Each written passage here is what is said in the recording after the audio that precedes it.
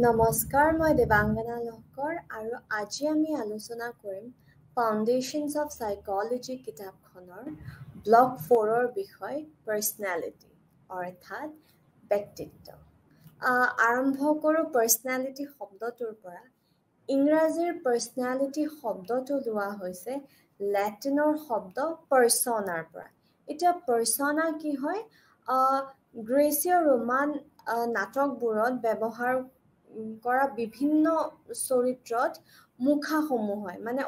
অভিনেতাসকলে কি কৰিছিলে, বিভিন্ন চৰিত্ৰত অভিনয় কৰিবলৈ বেলেগ বেলেগ মুখাৰ ব্যৱহাৰ কৰিছিলে আৰু চৰিত্ৰটো সলনি হৈ গ'লে কি কৰে, অভিনেতাসকলে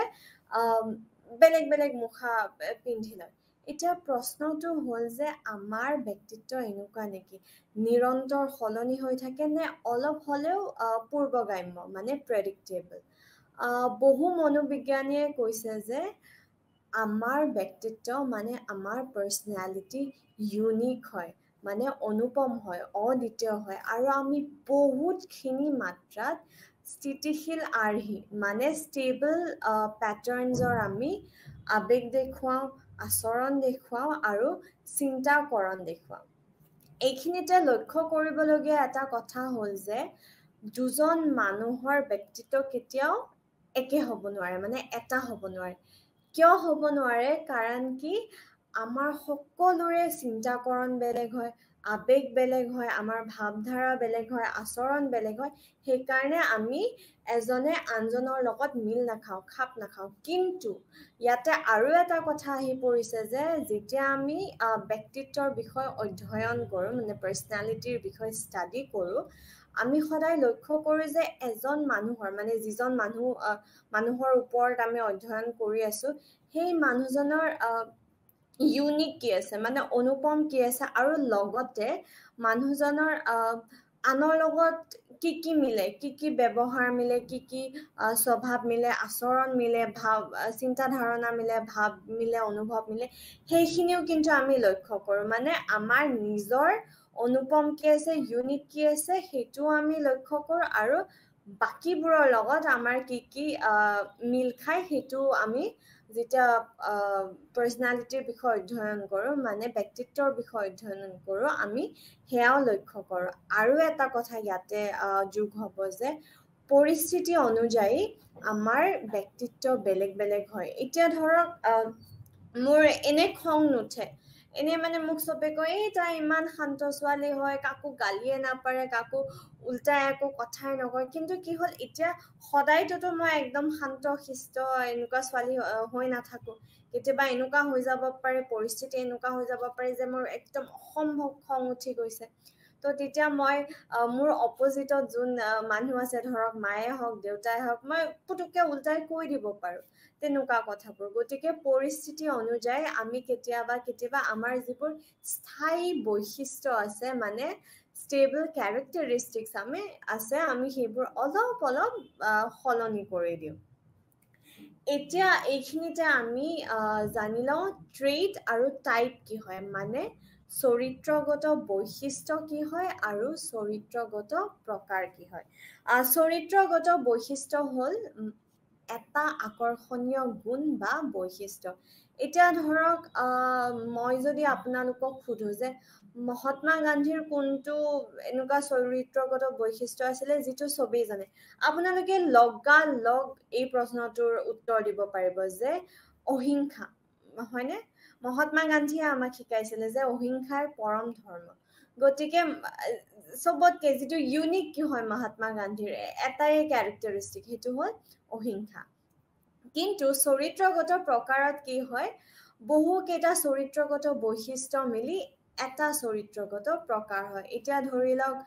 মই মানুহৰ লগত বেছি কথা পাতি ভাল নাপাওঁ, নিজে নিজৰ মাজত থাকি ভাল পাওঁ, অলপ লাজো কৰোঁ, বা বেছি মানুহ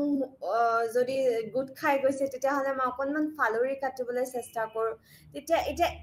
এই পাৰ্চনেলিটি টাইপটো কি হয়, মানে এই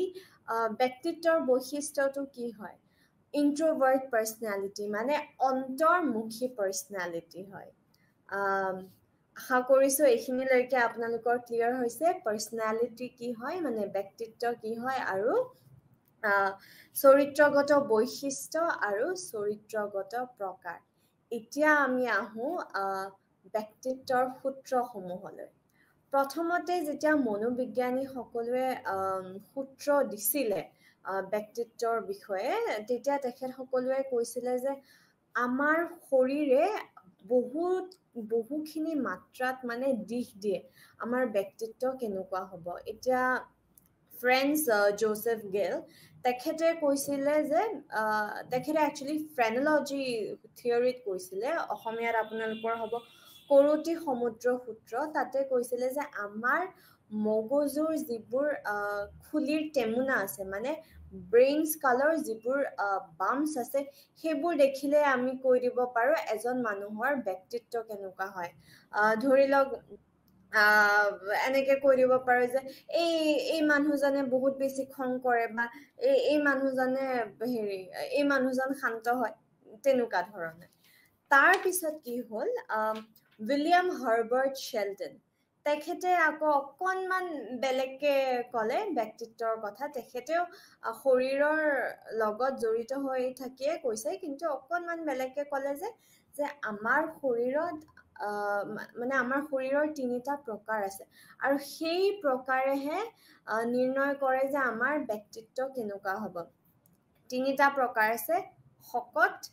ক্ষীণ আৰু পাহুৱাল দেহৰ ঠিক আছে তো এতিয়া শকত মানুহবোৰ পৰিব আপোনাৰ এণ্ডোমৰ্ফছৰ ভিতৰত তাৰপিছত আৰু কৈছে যে শকত মানুহবোৰৰ ব্যক্তিত্ব হ'ল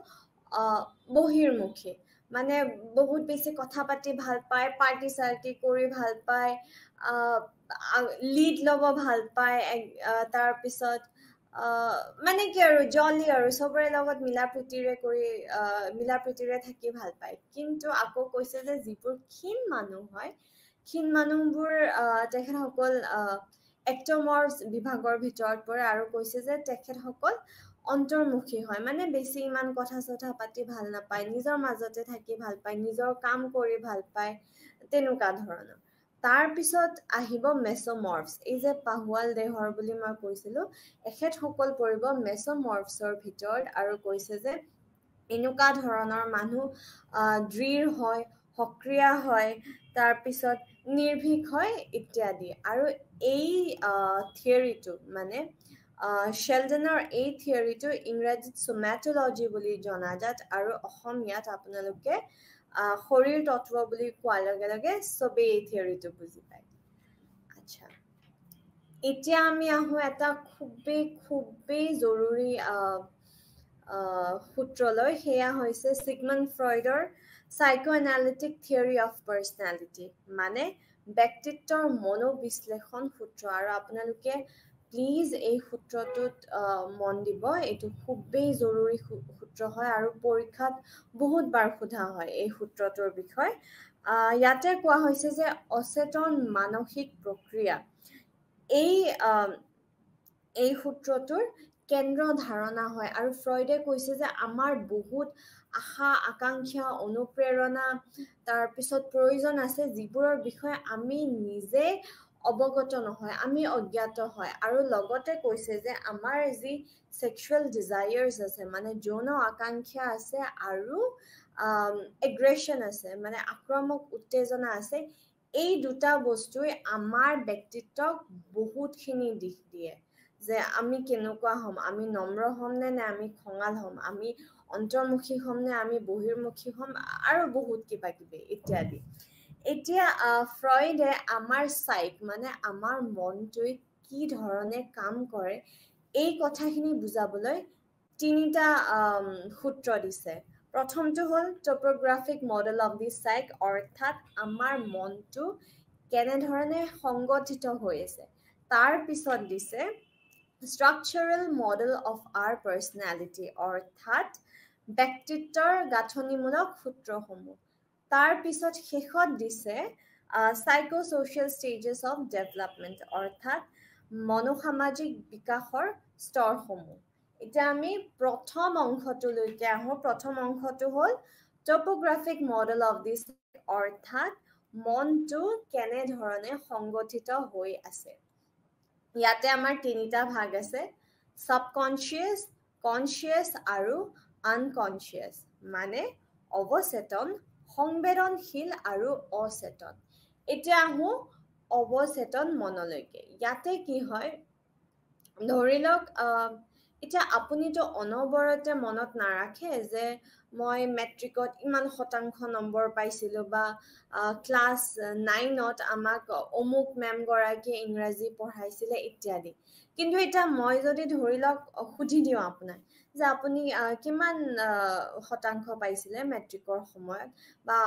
ক্লাছ 9ত আপোনালোকক কোনে ইংৰাজী শিকাইছিলে, তেতিয়া অলপ ভাবি চিন্তি হ'লেও আপোনালোকে মোক ক'ব যে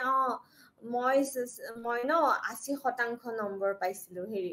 মোৰ মেট্ৰিকৰ টাইমত। তাৰপিছত মিছ ৰজিয়ে আমাক হেৰি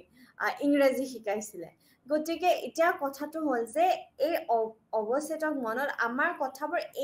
মানে অনবৰত আমি মনত নাৰাখোঁ, কিন্তু যেতিয়া আমি মনত পেলাবলগীয়া মানে অৱস্থাটো আহি যায় বা কোনোবাই যদি সুধি দিয়ে তেতিয়া কি কৰোঁ, আমি মনত পেলাই লওঁ আৰু আমি তেতিয়া উত্তৰটো দি দিওঁ। এইটোৱে হ'ল অৱচেতন মন। ইয়াৰে পিছত আছে সংবেদনশীল মন। ইয়াতে কি হয়, আমি আমাৰ গোটেই মানে ধ্যান যিখিনি আছে সেইখিনি আমি বৰ্তমানত লগাই দিওঁ। মানে এতিয়া কি হৈ আছে, আমি কি কৰি আছোঁ, আমি কি খাই আছোঁ, আমি কি কথা পাতি আছোঁ, আমাৰ পৰিস্থিতিত কি হৈ আছে, আমাৰ আগেদি কোনোবা গৈ আছে নেকি, গতিকে বৰ্তমান কি হৈ আছে আৰু আগ পিছ চাবলৈ নাই আৰু এতিয়া কি হৈ আছে, সেই এই বস্তুখিনিতে আমি আমাৰ ধ্যানখিনি কেন্দ্ৰিত কৰি দিওঁ। ইয়াৰে পিছত শেষত আছে অচেতক মন। এতিয়া অচেতক মনত কি হয়, সামাজিকভাৱে কিছুমান গ্ৰহণযোগ্য নোহোৱা যিবোৰ আমাৰ ধৰক প্ৰয়োজন আছে, আশা আছে, আকাংক্ষা আছে, অনুপ্ৰেৰণা আছে, এই সকলোবোৰ ইয়াৰে ভিতৰত পৰে। আৰু এইখিনিতে লক্ষ্য কৰিবলগীয়া কথা যে আমি অৱগত নহয় যে আমাৰ মনত এনেকুৱা ধৰণৰ এটা ভাৱ আছে, এনেকুৱা ধৰণৰ এটা অনুভৱ আছে। এইটো কিন্তু বাৰংবাৰ ফ্ৰইডে কৈছে যে মানে আমাৰ এনেকুৱা এটা আমাৰ দিশ আছে, আমাৰ এনেকুৱা এটা ছাইড আছে যিটোৰ বিষয়ে আমি কোনো পধ্যে মানে আমি নাজানো। এই কথাটো ফ্ৰইডে কৈছে আৰু এই কথাটো মানে এইখিনি কথা যিখিনি মানে আমি অজ্ঞাত হয়, এইখিনি সংৰক্ষিত হৈ আছে অচেতক মনৰ ভিতৰত। অ'কে, টপোগ্ৰাফিক মডেল অফ দি চাইট ইয়াতে শেষ হ'ল। এতিয়া আমি ফ্ৰইডে দিয়া সূত্ৰৰ দ্বিতীয় অংশটোলৈ যাওঁ। সেয়া হ'ল structural model of our personality, মানে ব্যক্তিত্বৰ গাঁথনিমূলক সূত্ৰসমূহলৈ। ইয়াতেও কিন্তু তিনিটা ভাগ আছে, ইড, ইগ', ছুপাৰ ইগ'। অ'কে, এতিয়া আমি ইডলৈকে আহোঁ। ইডত কি হয়, আমি যেতিয়া একদমেই বিচাৰ বিবেচনা নকৰোঁ যে আমি যিটো কাম কৰিম বুলি ভাবিছোঁ বা কৰি আছোঁ সেইটো ভুল হয় নে শুদ্ধ হয়, সামাজিকভাৱে গ্ৰহণযোগ্য হয় নে নহয়, বা তাৰপিছত ইয়াৰে পৰিণাম কি হ'ব, আমি শাস্তি পাম নে এইটো ভাল কাম হয়, আমি একো বিচাৰ বিবেচনা নকৰোঁ। মানে আমি এই কামটো কৰিম মানেই কৰিম বা এই বস্তুটো লাগিব মানেই লাগিব, এনেকুৱা ধৰণৰ হ'লে ইডৰ ভিতৰত পৰে। আৰু মনৰ এই অংশটোৱে কাম কৰে অজ্ঞাতভাৱে। ইডৰ ভিতৰত আপোনাৰ পৰিব মৌলিক পূৰ্ণ সংস্কাৰ, জৈৱিক প্ৰয়োজন, তাৰপিছত আক্ৰমণৰ আবেগ ইত্যাদি। আৰু ইডে কাম কৰে, মানে ইডৰ মূল প্ৰৱণতা হ'ল প্লেজাৰ প্ৰিন্সিপাল, মানে আনন্দৰ নীতি। মানে মোৰ ভাল লাগিলে হ'ল, বাকী পৃথিৱীত যি হৈছে মোৰ কথা নাই। কোনোবাই প্ৰব্লেমত ফাঁচিছে, কাৰোবাৰ কিবা অসুবিধা হৈছে, মোৰ কাৰণে কাৰোবাৰ কিবা ক্ষতি হৈছে, সেইবোৰ ইডৰ চিন্তা নহয়। মোৰ যিটো ইচ্ছা সেইটো পুৰা হ'লে হ'ল, সেইটোৱে ইমানখিনিয়ে ইডত। তাৰপিছত আমি ইগলৈকে আহিম, কিন্তু তাৰে আগতে আমি ছুপাৰ ইগ' কি হয় সেয়া আলোচনা কৰি লওঁ। ছুপাৰ ইগত কি হয়, আমি যেতিয়া চব ফালৰ পৰা বিচাৰ বিবেচনা কৰোঁ, উত্তৰ দক্ষিণ পূব পশ্চিম গোটেই ফালৰ পৰা ভাবোঁ যে আমি যিটো কাম কৰিব গৈ আছোঁ সেইটো শুদ্ধ হয় নে নহয়, মানে এইটো কিবা বেয়া কাম নেকি নে এই ভাৱটোৱে বেয়া নেকি গোটেইখিনি ফালৰ পৰা যেতিয়া চাওঁ বা সামাজিকভাৱে গ্ৰহণযোগ্য হয় নে নহয় এই গোটেইখিনি যেতিয়া আমি চালি জাৰি চাওঁ এইটো পৰিব সুপাৰ ইগোৰ ভিতৰত আৰু সুপাৰ ইগোৰ দুটা প্ৰণালী আছে মানে দুটা সিস্টেম আছে এটা হল বিবেক আৰু এটা হল আদৰ্শ আত্ম বিবেক মানে কনসাইন্স আৰু এইফালে আদৰ্শ আত্ম মানে হল আইডিয়েল সেলফ এতিয়া বিবেকত কি হয় বিবেকৰ দ্বাৰা মানে কনসাইন্সৰ দ্বাৰা আমি নিজকে হয় শাস্তি দিও মানে আমাৰ কৰ্মৰ কাৰণে আমি নিজকে হয় শাস্তি দিও নাইবা আমি নিজকে পুৰস্কৃত কৰো এতিয়া কেনেকে শাস্তি দিও বা কেনেকে পুৰস্কৃত কৰো আমি কি কৰো যদি আমি ভাবো যে ইসনাই এই কামটো একদম আমাৰ ভুল হৈছে দেই তেতিয়া আমি কি কৰো কেনেকে শাস্তি দিও আমি হেৰি গিল্ট অনুভৱ কৰো মানে দুখী অনুভৱ কৰো তাৰ পিছত আকৌ আমি যদি কিবা ভাল কাম কৰিছো তেতিয়া আমি নিজকে কেনেকে পুৰস্কৃত কৰো আমি নিজকে নিজৰ কাৰণে গৌৰৱ অনুভৱ কৰো তেনেধৰণে তাৰ পিছত আদৰ্শ আত্ম কৈছে যে আমি যেতিয়া আমি চাওঁ বা আমি ভাবো যে এনেকুৱা কৰিলে বা এইটো কাম কৰিলে এনেকুৱা হলেহে আমি প্ৰকৃত মানুহ হ'ব পাৰিম আমি ভাল মানুহ হ'ব পাৰিম সেয়াই হৈছে আদৰ্শ আত্ম আৰু এই সুপাৰ ইগোৰ মূল প্ৰৱণতা হল নৈতিক নীতি মানে নৈতিক নীতি মানে moral principle আচ্ছা এইবাৰ আমি আহো ইগোলৈকে এতিয়া ইগোৰ মূল প্ৰৱণতা হৈছে যে ৰিয়েলিটি প্ৰিন্সিপল মানে বাস্তৱ নীতি আৰু ইগোই কি কৰে অন্নবৰতে চেষ্টা কৰে যাতে এই সুপাৰ ইগো আৰু ইডৰ মাজত যিটো এটা ওপৰতল হৈ থাকে ন এটা বোলে মোক মানে লাগে আৰু এটা এইফালে মানে হেৰি মই বা ঠিকে কৰি আছো নে নাই এই দুটা বস্তু কি কৰে সমানে এডজাষ্ট কৰিবলৈ চায় মানে এটা সঠিক বেলেন্স ষ্টেটলৈকে আনিবলৈ চায় আৰু এইখিনি কৰি থাকোতে মানে এইখিনি মিলাই থাকোতে কি হয় কেতিয়াবা ইগোৰ হেৰি হয় ষ্ট্ৰেছ আৰু এনজাইটি হয় মানে উদ্বেগ আৰু চাপত ভোগে তেতিয়া কি কৰে ইগোই ব্যৱহাৰ কৰে ডিফেন্স মেকানিজম মানে প্ৰতিক্ৰিয়া প্ৰণালী এতিয়া প্ৰতিক্ৰিয়া প্ৰণালীয়ে আমাক কি কৰাত সহায় কৰে মানে ডিফেন্স মেকানিজমৰ কাম কি হয় আমাক চাপ আৰু উদ্বেগৰ পৰা পৰিত্ৰাণ দিয়াই হ'ল ডিফেন্স মেকানিজমৰ কাম আচ্ছা এতিয়া আমি কেইটামান প্ৰতিক্ৰিয়া প্ৰণালী নহয় প্ৰতিৰক্ষা প্ৰণালী মোৰ কোৱাত ভুল হৈছে প্ৰতিৰক্ষা প্ৰণালী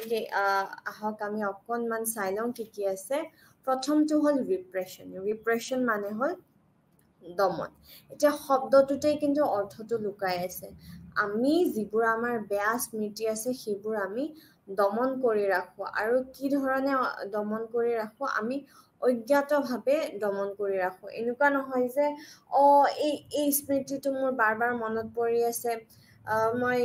একদম মানে জানি বুজি মই দমন কৰি দিলো নহয় তেনেকুৱা নহয় আমাৰ মনৰ ভিতৰতে আমাৰ কিছুমান এনেকুৱা মেকানিজমছ আছে যিয়ে আমাক সহায় কৰে এই বেয়া স্মৃতিবোৰ দমন কৰি ৰখা তাৰ পিছত আছে ৰেচনেলাইজেশ্যন মানে যুক্তিকৰণ ইয়াতে আমি কি কৰো সামাজিকভাৱে যিবোৰ গ্ৰহণযোগ্য নহয় তেনেকুৱা কামবোৰক আমি সামাজিকভাৱে গ্ৰহণযোগ্য হয় বুলি এটা দিশ দিবলৈ চাওঁ মই আপোনালোকক এটা উদাহৰণ দিছো ধৰি লওক মই কি কৰিছো মোৰ দেউতাক নুসুধাকৈ পাপাৰ পকেটৰ পৰা 500 এটা মানে 500 টকা এটা ল'ব গৈছো আৰু লৈছো এইখিনি সময়তে কি হ'ল মোক মায়ে দেখা পাইছে আৰু তেতিয়া মায়ে মানে ধৰক ক'লে যে হাৰে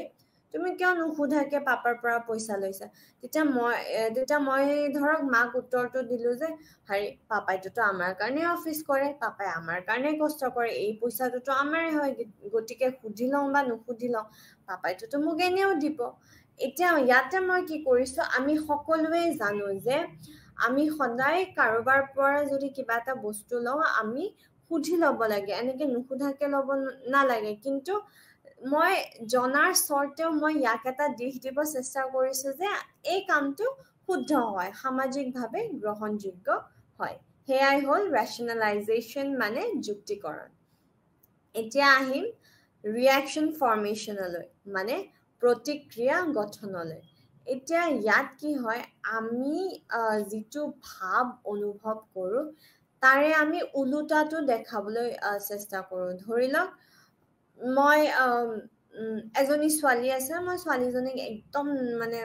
দেখিব নোৱাৰো পেটে পেটে একদম বিৰাট বেয়া পাওঁ কিন্তু তাইক যেতিয়াই লগ পাওঁ তেতিয়াই মই কওঁ আৰে তুমি ইমান টেলেণ্টেড হয় তুমি ইমান ভাল ছোৱালী হয় তোমাক আজি ইমান ধুনীয়া লাগিছে গতিকে মই কি কৰিছো মনত কিবা এটা আছে কিন্তু দেখুৱাই কিবা এটা আছে সেইটোৱে হৈছে ৰিয়াকশন ফৰ্মেশন মানে প্ৰতিৰক্ষা গঠন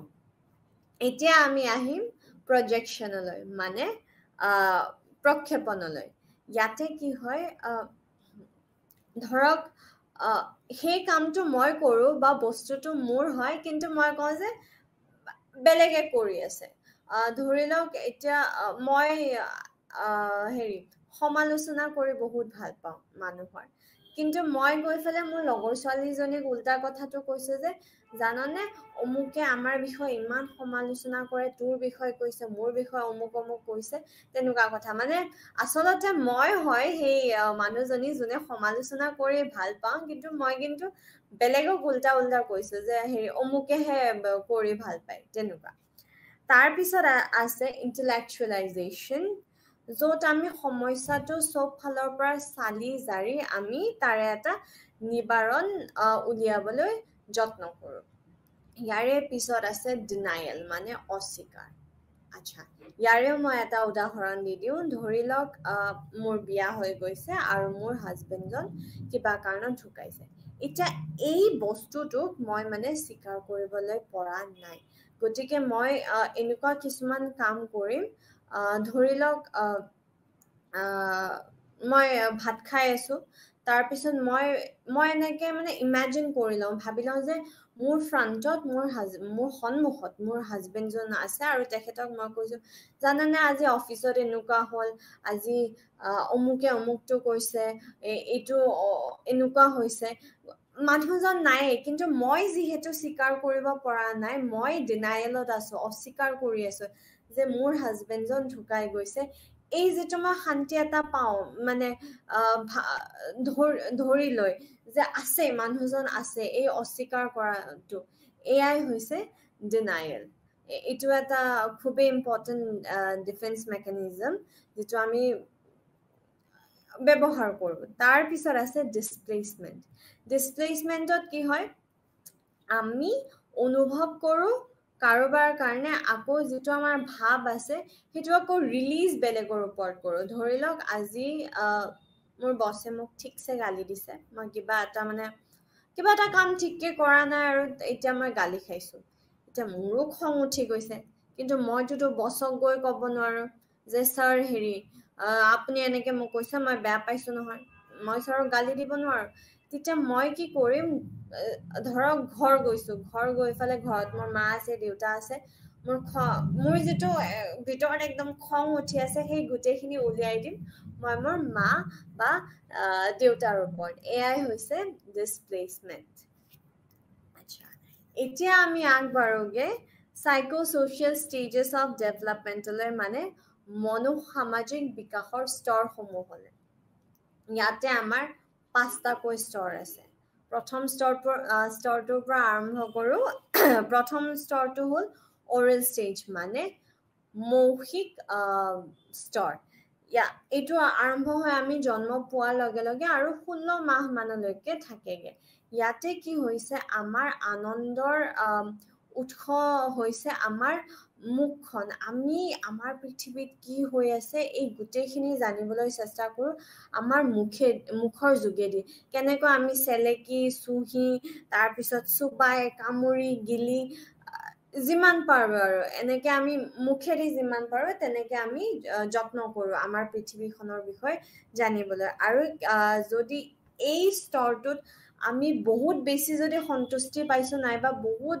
যদি কমকে সন্তুষ্টি লাভ কৰিছো তেতিয়া কি হয় তেতিয়া আমাৰ কিছুমান বেয়া অভ্যাস যেনে আমি বহুত বেছিকে খোৱা আৰম্ভ কৰি দিওঁ আমি মানে নাচাওঁ যে আমাৰ ডায়েটটো কেনেকুৱা হ'ব লাগে, খাব মন গৈছে খাই আছো, বা মদ খাবলৈ ধৰো, চিগাৰেট খাবলৈ ধৰো, তাৰপিছত আৰু বেলেগ বেলেগ বস্তু ধৰক মাটি, চক, এইবোৰো আমি খাবলৈ মানে ধৰো। ইয়াৰে পিছৰ স্তৰটো হ'ল পায়ু স্তৰ, মানে এনাল ষ্টেজ। এইটো আৰম্ভ হয় 18 মাহৰ পৰা আৰু থাকে 3 বছৰ মানলৈ। এতিয়া এই স্তৰটো আমাৰ প্ৰথম মানে আৰম্ভণি হয়, য'ত আমি আমাৰ শৰীৰক কেনেকে নিয়ন্ত্ৰণ কৰি ৰাখিবলৈ লাগে এই কথাটো আমি শিকো।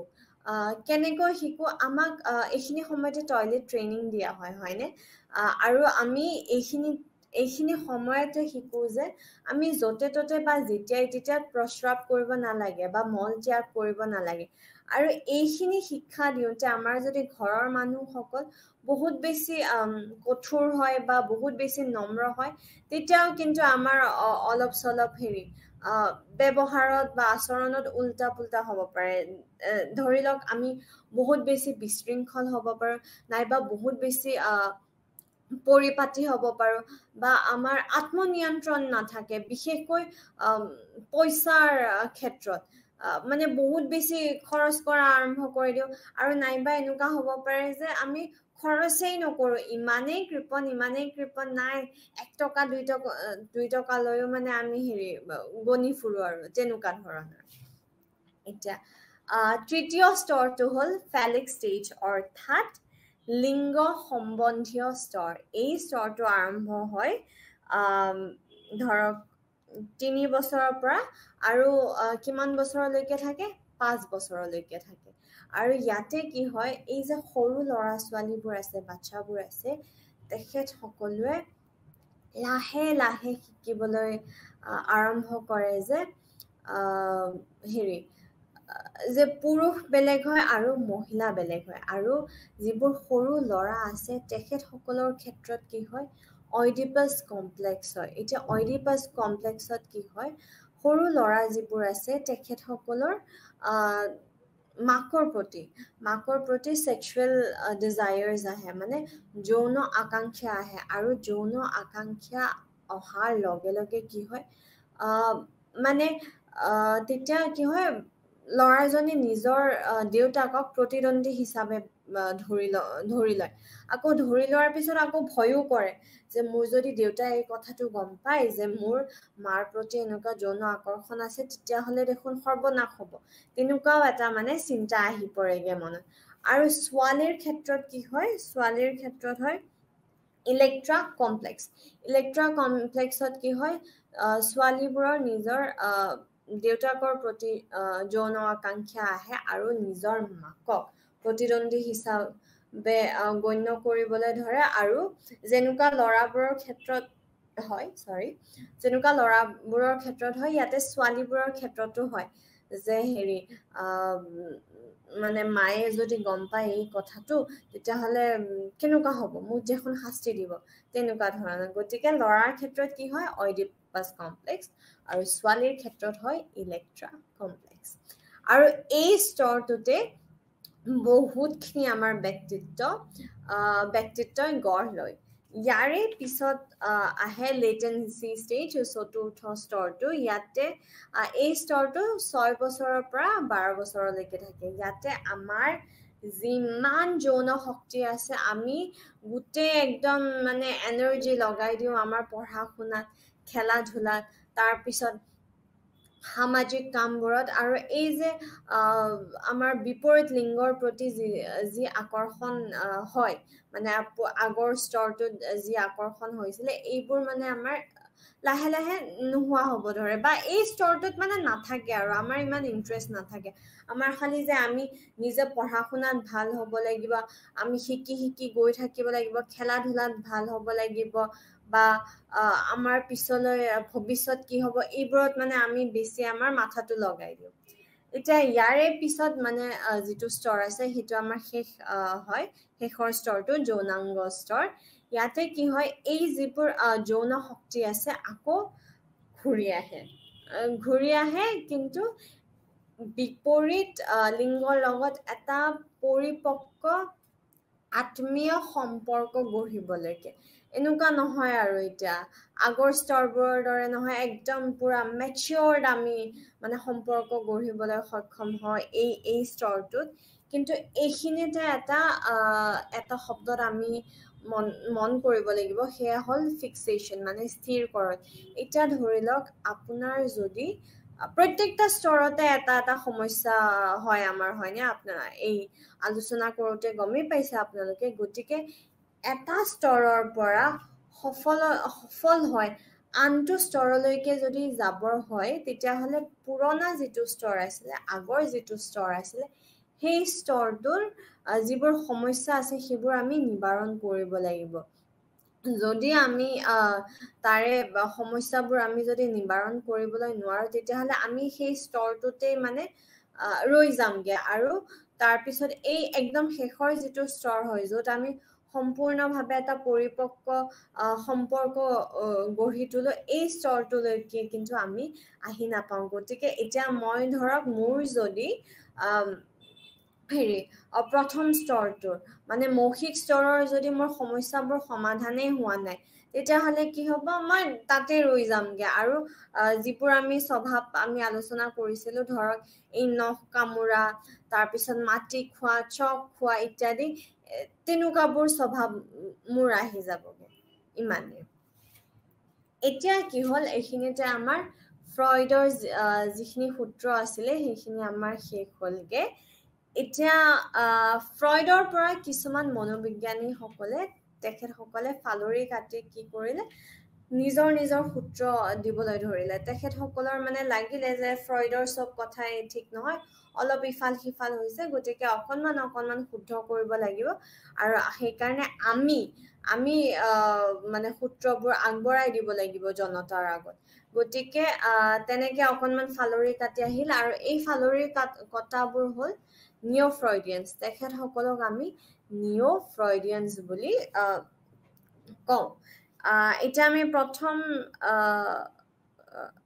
যি নিঅ' ফ্ৰয়ডিয়ান আছে তেখেতৰ বিষয়ে আলোচনা কৰোঁ তেখেত হৈছে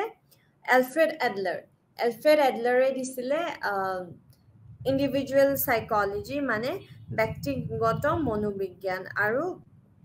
তেখেতে কৈছে যে সামাজিক আৰু অন্তঃব্যক্তিগত সম্পৰ্ক খুবেই দৰকাৰী ব্যক্তিত্বৰ বিকাশৰ বাবে আৰু তেখেতে কৈছে যে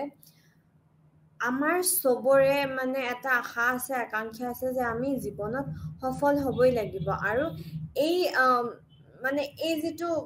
সফল হোৱাৰ যিটো যাত্ৰা এই যাত্ৰাত আমি বহুতখিনি বাধা পাওঁ কিন্তু তথাপিও আমি কি কৰোঁ আমি বহুত যত্ন কৰোঁ যাতে আমি আমাৰ জীৱনটোক অৰ্থপূৰ্ণ হিচাপে গঢ়ি তুলিব পাৰোঁ এইটো এটা কথা কৈছে এলফ্ৰেড এডলাৰে তাৰপিছত কৈছে যে আমাৰ যিবোৰ সৰুকালৰ অভিজ্ঞতা আছে সেইবোৰ খুবেই দৰকাৰী আমাৰ ব্যক্তিত্ব গঢ় দিবলৈ ইয়াৰে লগত আৰু এটা কথা কৈছে যে ডাঙৰ যিবোৰ মানুহ আছে তেখেতসকলে সদায় সৰুবোৰক মানে বাচ্চাবোৰক অনুপ্ৰেৰণা দিব লাগে উৎসাহিত কৰিব লাগে যে তুমি পাৰিবা কামটো তুমি কৰাচোন আমি আছো নহয় এনেকে উৎসাহ দিব লাগে তেতিয়া কি হয় তেতিয়া সৰু ল'ৰা ছোৱালীবোৰ সক্ষম হয় কামতো সক্ষম হয় আৰু নিজে ভাবেও যে মই সক্ষম হ'ব পাৰিম আৰু চবৰে লগত এটা ভাল ৰিলেশ্যনশ্বিপ মানে এটা ভাল সম্বন্ধ গঢ়ি তুলিবলৈ সক্ষম হয় মানে মিলা প্ৰীতিৰে থাকিবলৈ সক্ষম হয় আৰু যদি আমি ডাঙৰ মানুহ হিচাপে আমি যদি সৰু ল'ৰা ছোৱালীবোৰক উৎসাহ নিদিওঁ অনুপ্ৰেৰণা নিদিওঁ তেতিয়াহ'লে তেওঁলোকে দুৰ্ব্যৱহাৰ কৰিবলৈ আৰম্ভ কৰে বা অস্বাস্থ্যকৰ যিবোৰ প্ৰতিযোগিতা আছে সেইবোৰত নামিবলৈ যত্ন কৰে তাৰপিছত প্ৰত্যাহাৰৰ আচৰণ দেখুৱাবলৈ চেষ্টা কৰে ইত্যাদি গতিকে এলফ্ৰেড এডলাৰে কৈছে যে আমি কনষ্টেণ্টলি এনি টাইম আমি মানে চেষ্টা কৰি থাকোঁ যাতে আমি ভাল হ'ব পাৰোঁ আমাৰ যিখিনি কেপাচিটি আছে সেই গোটেইখিনি ব্যৱহাৰ কৰি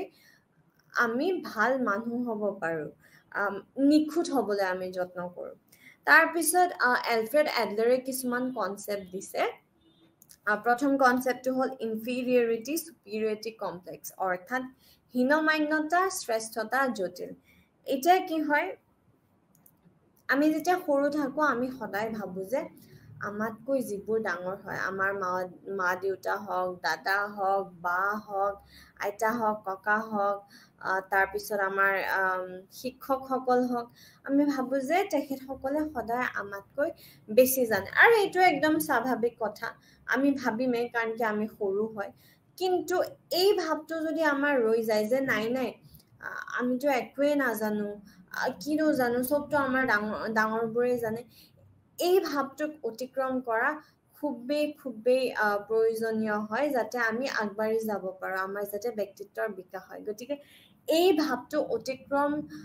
কৰাৰ সময়ত কি হয় কিছুমানে অতিক্ৰম কৰিব নোৱাৰে আৰু তেখেতসকলে হীনমান্যতাত ভুগে মানে ইনফিৰিয়ৰিটি কমপ্লেক্সত ভুগে আৰু কিছুমানৰ কি হয় বহুত বেছি অতিক্ৰম কৰা হৈ যায়গে মানে ময়ে অল ইন অল মোতকে বেছি আৰু কোনোই নাজানে মানে ময়ে চব জানো ডাঙৰ হওক সৰু হওক কৰবাৰ প্ৰফেচাৰে হওক কিবা হওক মই চব জানো তেতিয়া আমি কিহত ভুগো তেতিয়া আমি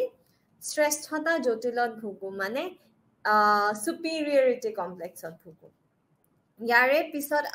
এডলাৰে আৰু এটা ধাৰণা আগবঢ়াই দিছে সেইটো হৈছে সিবলিং ৰাইভেলৰি অৰ্থাৎ ভাই ভনীৰ প্ৰতিদ্বন্দ্বিতা এতিয়া ইয়াতে কি হয় আমাৰ কিছুমান সৰু সৰু কথাৰ কাৰণে আমাৰ কিন্তু জেদ ভাৱ আহে এতিয়া জেদ ভাৱ কেনেকে আহে ধৰি লওক একদম হেৰি ঘৰ মানে প্ৰত্যেকখন ঘৰতে এনেকুৱা হয় এই যে আমি যে কওঁ যে আমাৰ বাইদেউক কওঁ বা দাদাক কওঁ বা ভাইটিক কওঁ ভণ্টিক কওঁ যে তোতকে বেছি হেৰি মুখে মা দেউতাই ভাল পায় তোক ইমান ভাল নাপায়তো বা খঙত যে আমি কেতিয়াবা কওঁ মোকতো মা দেউতাই ভালেই নাপায় তোকেই বেছিকে ভাল পায় এই যিটো এটা জেদ ভাৱ কাক বেছি ভাল পায় মোক ভাল পায় নে মোৰ ভাইটি ভণ্টিক ভাল পায় এই জেদ ভাৱটো তাৰপিছত আকৌ ধৰি লওক আপুনি একমাত্ৰ সন্তান হয় ধৰক আপোনাৰ 5 বছৰ মান হৈছে একমাত্ৰ সন্তান কিন্তু কি হ'ল ইয়াৰে পিছত আপোনাৰ ভণ্টি এগৰাকী আহি গ'ল ভণ্টি অহাৰ লগে লগে কি হয় ইমান দিনেতো চবে আপোনাকে ফোকাসটো দিছিলে তেতিয়া আমাৰ এটা ফিল হয় কি এটা অনুভৱ হয় আৰু এই ভণ্টি অহাৰ লগে লগে চবে দেখোন হেৰি তাইকে বেছি মৰম কৰে তাইকে বেছি ইম্পৰ্টেঞ্চ দিয়ে এনেকুৱা কথাবোৰ আমাৰ মনলৈ আহে তেতিয়া আমাৰ কি হয় জেদ ভাৱ আমি অনুভৱ কৰো তাৰপিছত সিংহাসন আছুতীয়া মানে ডিথ্ৰোনমেণ্ট আমি অনুভৱ কৰো এতিয়া শেষৰ যিটো কনসেপ্ট এলফ্ৰেড এডলাৰে দিছে সেয়া হৈছে জন্মাক্ৰম অৰ্থাৎ বাৰ্থ অৰ্ডাৰ এতিয়া আমি ধৰক আমাৰ যিটো ক্ৰনিক নাম্বাৰ নহয় সৰি ধৰক আমি আগতে জন্ম হৈছো মানে ঘৰৰ ডাঙৰ হয় বা ঘৰৰ সৰু হয় মাজু হয় এই এনেকুৱাবোৰ কথায়ো আমাৰ ব্যক্তিত্ব কেনেকুৱা হয় নিৰ্ণয় কৰিব পাৰে বুলি এলফ্ৰেড এডলাৰে কৈছে এতিয়া ধৰক আপুনি ঘৰৰ ডাঙৰ হয় ঘৰৰ ডাঙৰ হলে আপোনাৰ ব্যক্তিত্ব কেনেকুৱা হ'ব আপুনি বহুত আজ্ঞাকাৰী হ'ব তাৰ পিছত আপুনি দায়িত্বশীল হ'ব আপুনি বুদ্ধিমান হ'ব তাৰ পিছত ঘৰৰ যিবোৰ মাজু হয় কোৱা হৈছে যে মাজুবোৰে যোন যেনেকুৱা হয় তেনেকে গ্ৰহণ কৰিবলৈ শিকে মানে চেঞ্জ নালাগে আৰু যে তই এনেকুৱা হয় এনেকে থাক আৰু তেনেকুৱা তাৰ পিছত বহুত বেছি বিশ্বাসযোগ্য হয় মাজুবোৰ তাৰ পিছত যিবোৰ সৰু হয় একদম শেষত যিবোৰ জন্ম হয় কৈছে যে উচ্চ আত্মসনৰ গৰাকী হবলৈ তেওঁলোকে বহুত যত্ন কৰে অকে এতিয়া এইখিনিতে আমাৰ এলফ্ৰেড এডলাৰৰ নিউ ফ্ৰয়ডিয়ানৰ প্ৰথমটো থিয়ৰী প্ৰথমটো সূত্ৰ আমাৰ শেষ হ'ল এতিয়া আমি আন এজন নিউ ফ্ৰয়ডিয়ানলৈকে আগবাঢ়ো মানে নিউ ফ্ৰয়ডিয়ানৰ সূত্ৰলৈকে আগবাঢ়ো সেয়া হৈছে কাৰ্ল গাস্টাভ ইয়াং এতিয়া ইয়াঙে কৈছে যে আমাৰ দুটা আনকনচিয়াছ আছে মানে অচেতন আছে আৰু ইয়াঙৰ এই সূত্ৰটো কি বুলি কোৱা হয় এনালিটিকেল সাইকোলজি অৰ্থাৎ বিশ্লেষণাত্মক মনোবিজ্ঞান বুলি কোৱা হয় আচ্ছা তো এতিয়া ইয়াঙে কি কৈছে যে আমাৰ দুটা অচেতন আছে প্ৰথমটো হ'ল পাৰ্সনেল আনকনচিয়াছ তাৰ পিছত হ'ল কালেক্টিভ আনকনচিয়াছ পাৰ্সনেল আনকনচিয়াছ হ'ল ব্যক্তিগত অচেতন আৰু এইফালে যিটো কালেক্টিভ আনকনচিয়াছ হ'ল সেয়া হ'ল সামাজিক অচেতন এতিয়া পাৰ্সনেল আনকনচিয়াছত কি হয় আমাৰ কিছুমান অনুভৱ আছে যিবোৰৰ বিষয়ে আমি অজ্ঞাত আৰু এই ধাৰণাটো কিন্তু ইয়াঙে ফ্ৰয়ডৰ পৰাই লৈছিলে এই ধাৰণাটো আৰু কৈছে যে এই যিবোৰ অনুভৱ আছে এই অনুভৱবোৰে আমাৰ পাৰ্সনেল আনকনচিয়াছ মানে আমাৰ ব্যক্তিগত অচেতনক গঢ় দিয়ে আৰু কেনেকৈ এই অনুভৱবোৰ আহিছে ইয়াৰে কোনো একো সঠিক সূত্ৰ ওলাবলৈ পৰা নাই বুলি কোৱা হৈছে এতিয়ালৈকে আৰু এইফালে কালেক্টিভ আনকনচিয়াছ যিটো আছে মানে সামাজিক অচেতনত কি হয় আমি এই অচেতনবোৰ আমাৰ পূৰ্বপুৰুষৰ পৰা পাওঁ মানে এনসেষ্টাৰ্ছৰ পৰা পাওঁ ধৰক আমাৰ আজু ককা হওক আজু আইতা হওক বা আৰু বহুত আগৰ আৰু তেনেকুৱাৰ পৰা পাওঁ আকৌ কৈছে যে এই সামাজিক অচেতনবোৰৰ আৰ্কিটাইপছ আছে আৰ্কিটাইপছ কি হয় ৰচনাতম মানৱ পূৰ্বপুৰুষৰ পৰা উত্তৰাধিকাৰী হিচাপে পোৱা এক আদিম মানসিক প্ৰতিচ্ছবি এতিয়া আৰ্কিটাইপছ বহু ধৰণৰ আছে প্ৰথমটো হ'ল সেলফ মানে আত্ম এতিয়া আত্মত কি হয় আমি গম পাওঁ যে আমি কি হয় হু এম আই মোৰ পৰিচয় কি হয় এইটো হ'ল সেলফ আত্ম ইয়াৰে পিছত আহে পাৰ্সনা মানে ব্যক্তিত্ব আমি আনক আমি কেনেকুৱা হয় যি ধৰণে আমি দেখুৱাও আমি ভালো হ'ব পাৰো বা অকনমান বেয়া গুণো থাকিব পাৰে কিন্তু সেই বস্তুখিনি আমি ঢাকো আৰু আমি যেনেকে বিচাৰো আমি আমাৰ সেই পাৰ্সনাটো আমি ক্ৰিয়েট কৰো আমি তেনেকে দেখুৱাবলৈ যত্ন কৰো যে আমি এনেকুৱা হয় তাৰ পিছত আছে অনিমা পুৰুষৰ নাৰী সুলভ দিশ আৰু এইফালে আছে অনিমাস নাৰীৰ পুৰুষ সুলভ দিশ ইয়াৰে পিছত আহে শ্যাডো অৰ্থাৎ ছায়া আৰু এইটো হ'ল আমাৰ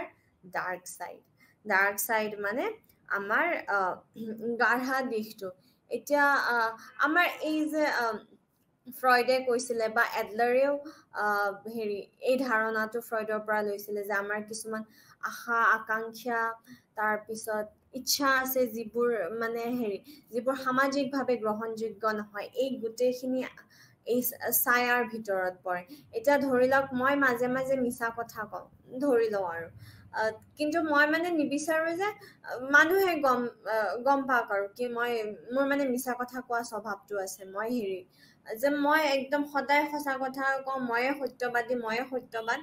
তেনেকুৱা ধৰণৰ এটা মোৰ এটা ইমেজ এটা মানে মানুহৰ আগত আগবঢ়াবলৈ যত্ন কৰো বাকি মোৰ যিবোৰ ডাৰ্ক সাইড আছে মানে যিবোৰ অকনমান বেয়া গুণ আছে সেইবোৰ লুকাই ৰাখিবলৈ যত্ন কৰো আচ্ছা এতিয়া ইয়াৰে পিছৰ সূত্ৰটো হ'ল behavioristic approaches to personality মানে ব্যক্তিত্বৰ প্ৰতি আচৰণবাদী দৃষ্টিভংগী ইয়াতে কি হৈছে ইয়াতে কৈছে যে SR ৰিলেশনশ্বিপ অৰ্থাৎ উদ্দীপনা সঁহাৰি সম্পৰ্ক আৰু ৰিইনফোৰ্সমেন্ট মানে শাস্তি পোৱা আৰু নাইবা পুৰস্কৃত হোৱা এই দুটা বস্তুৱে আমাৰ ব্যক্তিত্ব গঢ় দিয়াত বহুতখিনি সহায় কৰে এই কথাটো কৈছে এইবাৰ আমি আহো হিউম্যানিস্টিক এপ্ৰোচেছ টু পাৰ্সনালিটিলে অৰ্থাৎ ব্যক্তিত্বৰ প্ৰতি মানৱতাবাদী দৃষ্টিভংগী ওকে ইয়াতে আহো প্ৰথমতে কাৰ্ল ৰজাৰ্ছে কোৱা কথাখিনিলৈ ইয়াতে মাছলৈও কৈছে কিন্তু আগে আমি কাৰ্ল ৰজাৰ্ছে কোৱা কথাখিনিলৈকে আহো কাৰ্ল ৰজাৰ্ছে মানে ফোকাস কৰিছে আত্মত মানে সেলফত কাৰ্ল ৰজাৰ্ছে কৈছে যে আমাৰ দুটা আত্ম আছে এটা হ'ল আইডিয়াল সেলফ আৰু এটা হ'ল ৰিয়েল সেলফ অৰ্থাৎ আইডিয়াল মানে আদৰ্শ আত্ম আৰু ৰিয়েল মানে প্ৰকৃত আত্ম এতিয়া আদৰ্শ আত্মত কি হয় আমি প্ৰকৃত মানুহ হলে মানে মানুহ হিচাপে মানে ভাল মানুহ হ'ব হলে আমি কেনেকুৱা হ'ব লাগে বা আমি নিজেই কেনেকুৱা হ'ব লাগে এইটো কৰিব নালাগে সেইটো কৰিব নালাগে এনেকুৱা মানে আমাৰ মগজুত কিছুমান আমাৰ ধাৰণা আছে গতিকে এই ধাৰণাটো হ'ল আদৰ্শ আত্ম আৰু আনফালে কি হ'ল যিটো ৰিয়েল সেলফ হয় মানে প্ৰকৃত আত্ম হয় ইয়াতে কি হয় আমি আচলতে কেনেকুৱা হয় সেইটো হ'ল প্ৰকৃত আত্ম এতিয়া ধৰক আপোনাৰ ৰিয়েল সেলফ আৰু আদৰ্শ আত্ম মানে প্ৰকৃত আত্ম আৰু আদৰ্শ আত্ম যদি পুৰা মিলি আছে ধৰক তেতিয়াহ'লে কি হয় আপুনি হেৰি স্ব প্ৰকৃতকৰণৰ যিটো ষ্টেট হয় এই ষ্টেটটোলৈ আপুনি পাব কিন্তু যদি এনেকুৱা হৈছে যে মোৰ আদৰ্শ আত্মা এফালে গৈছে আৰু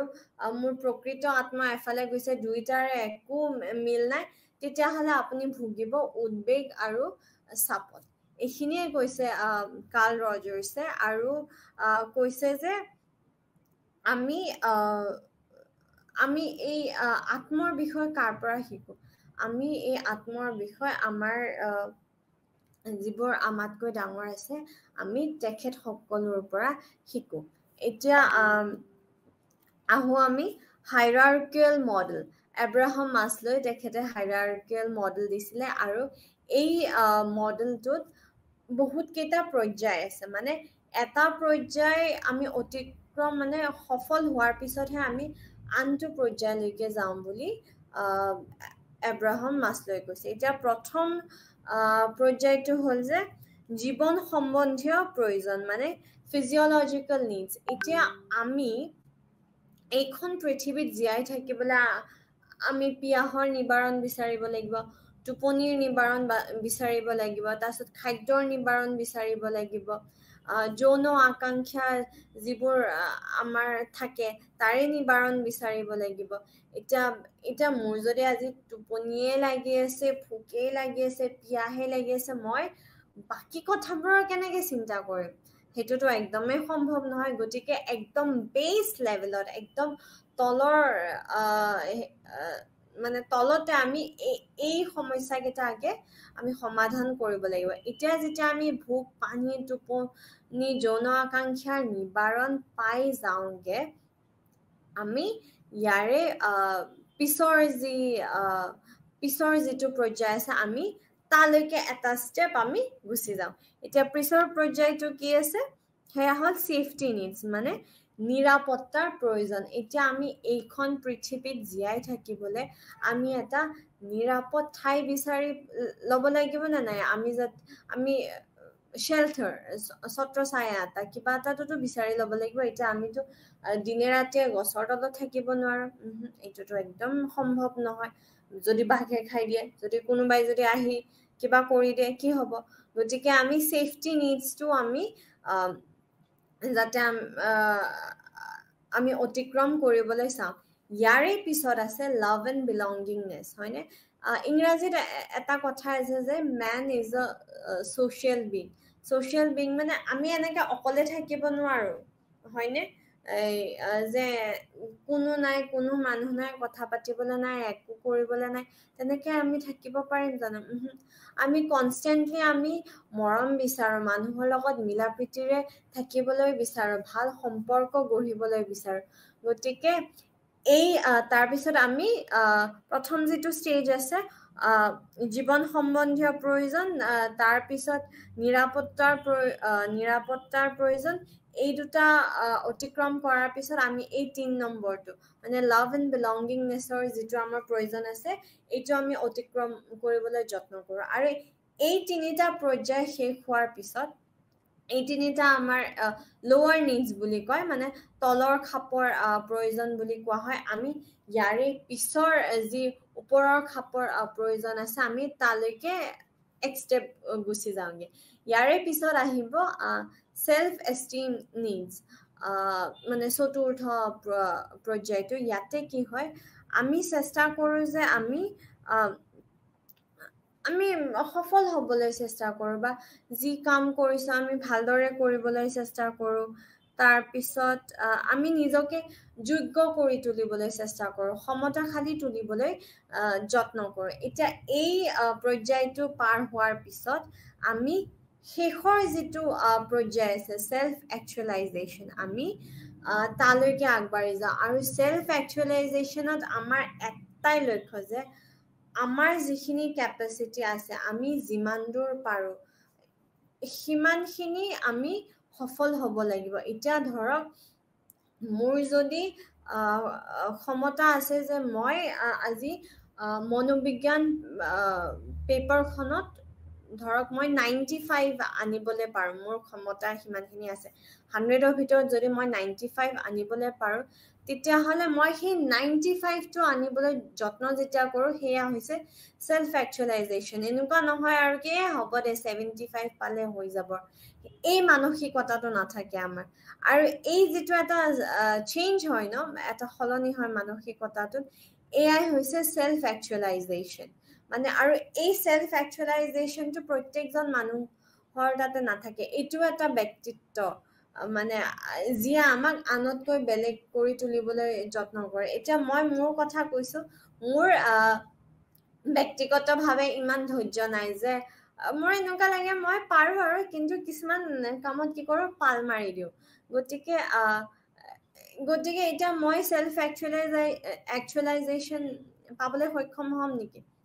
নহওঁ কাৰণ কি মইতো যি পাওঁ মই তাতে সন্তুষ্ট গতিকে মোৰ সেইটো ব্যক্তিত্বই নহয় কিন্তু ধৰক মোৰ আন এজনী লগৰ ছোৱালী যে মই ইমানখিনি পাৰোঁ মই ইমানখিনি কৰিম তেখেত তেতিয়া সেই মোৰ লগৰ ছোৱালী গৰাকী হ'ব সেলফ একচুৱেলাইজেশ্যনৰ ব্যক্তিত্বৰ গৰাকী আচ্ছা এতিয়া আমি প্ৰথমৰ পৰা আকৌ এবাৰ আওৰাই লওঁ আমি বহুতখিনি সূত্ৰ ইয়ালৈকে আমি কভাৰ কৰিছোঁ গতিকে প্ৰথমতে কি আছিলে ব্যক্তিত্ব কি হয় প্ৰথম ইংৰাজী শব্দটো পাৰ্চনেলিটি শব্দটো ক'ৰ পৰা আহিছে পাৰ্চনাৰ পৰা আহিছে আৰু পাৰ্চনা শব্দটো আমি ক'ৰ পৰা পাইছোঁ আমি লেটিনৰ পৰা পাইছোঁ আৰু ইয়াৰে গোটেই অৰ্থটো কি হ'ল পাৰ্চনাৰ গোটেই অৰ্থটো এয়াই যে গ্ৰেচো ৰোমান নাটকসমূহত বিভিন্ন অভিনেতাই বিভিন্ন চৰিত্ৰত অভিনয় কৰিবলৈ যিবোৰ মুখা ব্যৱহাৰ কৰিছিলে সেয়াই হৈছে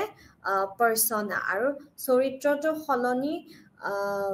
হৈ গৈ থাকে আৰু বেলেগ আমি মাস্ক ব্যৱহাৰ কৰোঁ মানে বেলেগ মুখা ব্যৱহাৰ কৰোঁ কিন্তু এইটো কেতিয়াও নহয় যে আমাৰ ব্যক্তিত্ব নিৰন্তৰ সলনি হৈ থাকে কিছুমান পৰিস্থিতিত হ'বই ডেফিনেটলি হ'ব হয় কি নহয় কিন্তু আজি আমি খঙাল হয় কাইলৈ আমি নম্ৰ হয় পৰহিলে আমি চব কথাই বুজি পোৱা হৈ যাওঁ তেনেকুৱা আমাৰ কেতিয়াও নহয় আমাৰ কিছুমান ষ্টেবল পেটাৰ্নছ থাকে মানে স্থায়ী বৈশিষ্ট্য থাকে তাৰ পিছত ট্ৰেইট আৰু টাইপৰ আমি যিটো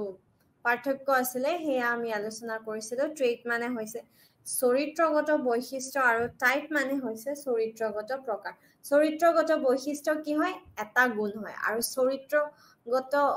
প্ৰকাৰ কি হয় এটা চৰিত্ৰগত বৈশিষ্ট্য দুটা চৰিত্ৰগত বৈশিষ্ট্য তিনিটা চৰিত্ৰগত বৈশিষ্ট্য এনেকে হৈ এটা চৰিত্ৰগত প্ৰকাৰক গঢ় দিয়ে তাৰপিছত আমি কি আলোচনা কৰিছিলোঁ আমি সূত্ৰ হয়নে আমি সূত্ৰ আৰম্ভ কৰিছিলোঁ আৰু প্ৰথমতে কি হৈছিলে প্ৰথম যেতিয়া মনোবিজ্ঞানী সকলোৱে সূত্ৰ দিয়া আৰম্ভ কৰিছিলে ব্যক্তিত্বৰ বিষয়ে কি কৈছিলে যে আমাৰ বডিয়ে মানে আমাৰ শৰীৰে আমাৰ ব্যক্তিত্ব কেনেকুৱা হ'ব দিশ দিয়ে প্ৰথম আমি ফ্ৰান্স গেলৰ বিষয়ে আমি আলোচনা কৰিছিলোঁ তেখেতে কি কৈছিলে তেখেতে কৈছিলে যে আমাৰ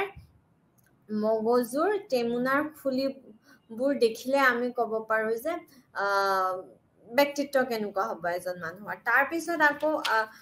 উইলিয়াম হাৰ্বাৰ্ট শ্বেলডন তেখেতে কি ক'লে যে নহয় নহয় তেনেকুৱা নহয় বুলি কোৱা নাই কিন্তু তেখেতে অকণমান বেলেগ এটা দিশ দিলে ব্যক্তিত্বৰ সূত্ৰত ক'লে যে আমাৰ শৰীৰৰ প্ৰকাৰ আছে এণ্ডোমৰ্ফছ এক্টোমৰ্ফছ আৰু মেছ'মৰ্ফছ মানে শকত মানুহ ক্ষীণ মানুহ আৰু পাহুৱাল দেহৰ মানুহ গতিকে এই শৰীৰৰ মানে শৰীৰৰ প্ৰকাৰ হিচাপে আমাৰ ব্যক্তিত্ব হয় তাৰ পিছত আমি আলোচনা কৰিলো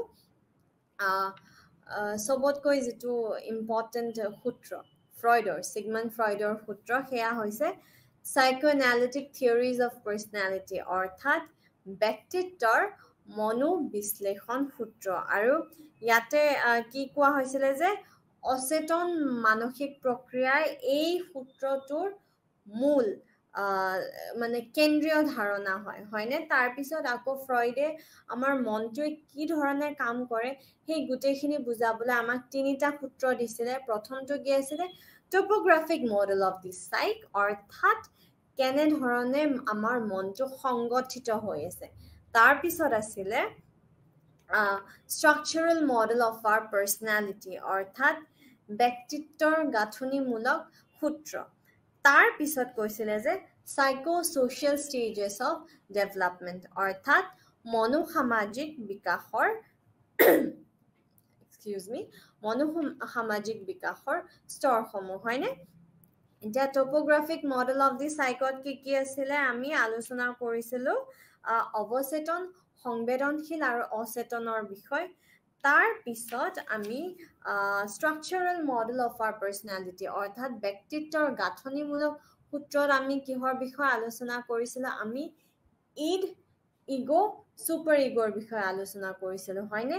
ইডে কি কৰে কাৰো কথা নুশুনো মোৰ মতে হ'ব লাগিব তেনেকুৱা আছিল ইড হয়নে তাৰ পিছত সুপাৰ ইগো কি আছিল আমি এই কামটো ঠিকে কৰিছো না নাই এইটো সামাজিকভাৱে গ্ৰহণযোগ্য হ'ব না নাই সেইখিনি যেতিয়া আমাৰ ব্যক্তিত্বৰ ভাবে তেতিয়া কোড পৰে সুপাৰ ইগোত আৰু ইগো কি আছিল ইগোই এটা সুস্থিৰ ষ্টেট এটা বজাই ৰাখিবলৈ চেষ্টা কৰে সুপাৰ ইগো আৰু ইডৰ মাজত আৰু কি হয় এই সুস্থিৰ ষ্টেটটো বজাই ৰখাৰ যেটো প্ৰক্ৰিয়া হয় সেই প্ৰক্ৰিয়াতে কেতিয়াবা কি হয় ইগোৰ একদম টেনশন হৈ যায় বাপৰে বাপ আৰু নোৱাৰিছো এই দুটাৰ মাজত মিলাবলৈ দেই তেনেকুৱা হৈ যায় হয়নে তেতিয়া কি ব্যৱহাৰ কৰা হয় তেতিয়া প্ৰতিৰক্ষা প্ৰণালীৰ ব্যৱহাৰ কৰা হয় মানে ডিফেন্স মেকানিজম ব্যৱহাৰ কৰা হয় আৰু আমি কেইটামান কমন ডিফেন্স মেকানিজমৰ বিষয়ে আমি আলোচনা কৰিছিলো হেয়া হৈছে ৰিপ্ৰেশন অৰ্থাৎ দমন তাৰ পিছত আছিলে ৰেশনালাইজেশন অৰ্থাৎ যুক্তিকৰণ তাৰ পিছত আছিলে ৰিঅ্যাকশন ফৰ্মেশন অৰ্থাৎ প্ৰতিক্ৰিয়া গঠন তাৰ পিছত আছিলে projection মানে প্ৰক্ষেপণ তাৰ পিছত intellectualization তাৰ পিছত denial অৰ্থাৎ অস্বীকাৰ আৰু শেষত আছিলে displacement এইখিনিতে আমাৰ ফ্ৰয়ডৰ সূত্ৰ শেষ হৈছিল তাৰ পিছত আমি আগবাঢ়িছিলো নিও ফ্ৰয়ডিয়ানছে দিয়া সূত্ৰবোৰলৈ প্ৰথম আমি কাৰ বিষয়ে আলোচনা কৰিছিলো আমি এলফ্ৰেড এডলাৰৰ বিষয়ে আলোচনা কৰিছিলো হয়নে আৰু তেখেতে কৈছিলে যে ক্ষমা কৰিব আমি তাৰে পিছত আমি psychosocial stages of developmentৰ বিষয়ে আলোচনা কৰিছিলো তাতে পাঁচটা স্তৰ আছে বুলি আমি আলোচনা কৰিছিলো প্ৰথমটো হ'ল মৌখিক স্তৰ তাৰ পিছত পায়ু স্তৰ তাৰ পিছত আছিল আমাৰ লিংগ সম্বন্ধীয় স্তৰ তাৰ পিছত আছিল লেটেন্সি ষ্টেজ তাৰ পিছত আছিল যৌনাংগ স্তৰ হয়নে আৰু এইখিনিতে শেষ হৈছিল আমাৰ ফ্ৰয়ডে দিয়া থিওৰিটো আৰু তাৰ পিছত আমি আগবাঢ়িছিলো নিও ফ্ৰয়ডিয়ানছ সমূহে দিয়া থিওৰিলৈকে আৰু তাতে প্ৰথমতে আমি এডলাৰে দিয়া আমি সূত্ৰ আলোচনা কৰিছিলো আৰু তেখেতে আমাক কেইটামান ধাৰণা আগবঢ়াই দিছিলে হয়নে কি ধাৰণা আছিলে ইনফিৰিয়ৰিটি সুপাৰিয়ৰিটি কমপ্লেক্স মানে হীনমান্যতা আৰু শ্ৰেষ্ঠতা জটিল তাৰ পিছত ভাই ভনীৰ প্ৰতিদ্বন্দিতা আৰু আছিলে শেষৰ ফালে আছিলে জন্মাক্ৰম হয়নে তাৰপিছত আমি ইয়াঙে দিয়া থিওৰি কেইটা ডিসকাস কৰিছিলো আৰু সেইফালে কাৰ্ল ৰজাৰ্ছ আৰু শেষত আছিলে আমাৰ এব্ৰাহাম মাছলয় আজিলৈকে আমি আজিলৈকে আমি এইখিনিতে সামৰিছোঁ আপোনালোকে প্লিজ সূত্ৰখিনি ভালকে লাগিলে ক্লাছটো আকৌ ৰিপিটত চাব কিতাপখন উলিয়াই আকৌ ভালকে পঢ়ি চাব আৰু ইয়াৰে চবতকে জৰুৰী সূত্ৰটো হ'ল ফ্ৰয়ডৰ সূত্ৰ এই যিবোৰ ষ্টেজেছ আছে